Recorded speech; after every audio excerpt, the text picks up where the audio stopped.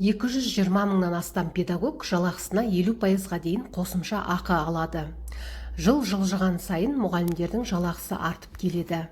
Білім бесіктерінде еңбек етіп жүрген ұстаздардың айлығы тағы да көбейтілмек. Тақырып қызықты болса, видеоны соңына дейін қарап шығыңыз. Достар, арнамызға жазылып, лайк басып, пікір қалдыруды ұмытпаңыздар. Бүгінгі таңда елімізде 350 мыңнан астам педагог еңбек етуде. Олардың басым бөлігі білім мен біліктілігі жоғары ұстаздар. Олардың қатары жыл сайын толуға түсуде. Аттестациядан білімі мен біліктілігін дәлелдеген ұстаздар қауыміне құрмет көп. Еңбегіне сай құрмет те басым.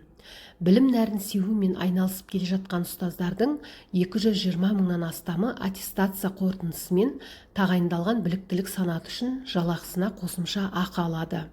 Мысалы, педагог шеберге 50%, педагог зерттеушіге 40%, педагог сарапшыға 35%, педагог модераторға 30% қосымша ақы төленеді. Елімізде барлығы 73.820 педагог модератор, 81.168 сарапшы, 71.141 зерттеуші, 3.482 шебер бар. Мемлекет басшысының тапсырмасы бойынша 4 жыл ішінде педагогтердің жалақысы 100%-ға, яғни 2 есеге арттырылды. Сондай-ақ 2023 жылдың 1 қыркүйегінен бастап мектепке дейінгі тәрбие мен білім беру педагогтерінің еңбек ақысы 30%-ға көбейтілгені белгілі.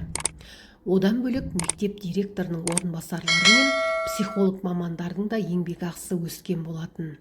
Алдағы уақытта білім шырақшылары, яғни мұғалімдердің еңбек ақысын арттыру мәселесі күн тәртібінен түспейді. Бұдан бөлек мектептерде жаңашылдықтар да орын алуда. Тақырыпқа қосымша. Биыл елімізде инклюзияны қолдау бойынша 5 кабинет ашылды. Жыл соңына дейін тағы 37 кабинет, ал 2027 жылға дейін 200 кабинет ашу жоспарлануда. Елімізде барлығы 646 инклюзияны қолдау кабинеті жұмыс жасайды. Бұл туралы Қазақстан Республикасы Оқу-артау министрлігінің орта білім комитеті хабарлады. Бүгінде ерекше білім беруді қажет ететін балаларға жағдай жасалған мектептердің үлесі 80%-ды құрайды. Мектеп жасындағы ерекше білім беру қажеттілігі бар 26 мың баланың 65%-ы мектепте инклюзивті білім берумен қамтылған. Қалған балалар арнайы сыныптарда, арнайы мектеп-интернаттарда және үйден оқиды деп атап өтті Орта білім комитетінің инклюзивті білім беру бөлімінің бас сарапшысы Алмас Құпаев. Айта кету керек, өңірлерде инклюзияны қолдану кабинеттерінің желісін кеңейту жұмыстары жүргізілуде. Бүгінде министрлікте жалпы білім беретін мектептерде тірек қимыл аппараты бұзылған балаларға штаттық жеке көмекші енгізу мәселесі қарастырылу үстінде.